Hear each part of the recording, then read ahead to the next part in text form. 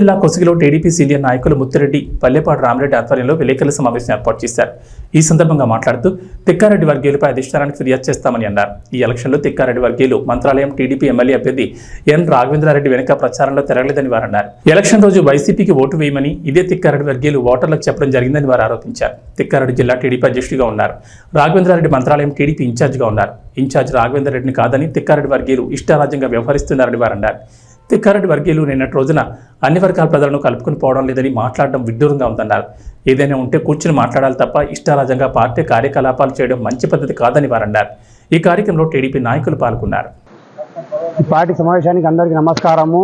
Telugu Desam party అనేది నిన్న కోచి గ్రామంలో జరిగిన సంఘటన గురించి కానీ ఇది పంచేది ఇవన్నీ చేసేది ఒక్కో పనికి లేని టీంని రెడీ చేసి పెట్టినాడు తిక్కారెడ్డి గారు. ఇక్కడ ఆ తిక్కారెడ్డి టీం మేరకు పార్టీని శిరస వంచి కూడా తెలుగుదేశం పార్టీకే ఓటేసాం. కానీ మీలాగా 2024 చెప్పినాం, నిదానం ఉండండి, కొట్లాడలొద్దు, పార్టీ గెలిపించుకోవాలని కష్టపడ్డాం. కానీ మీరు ఆయుధం చేయలేదు.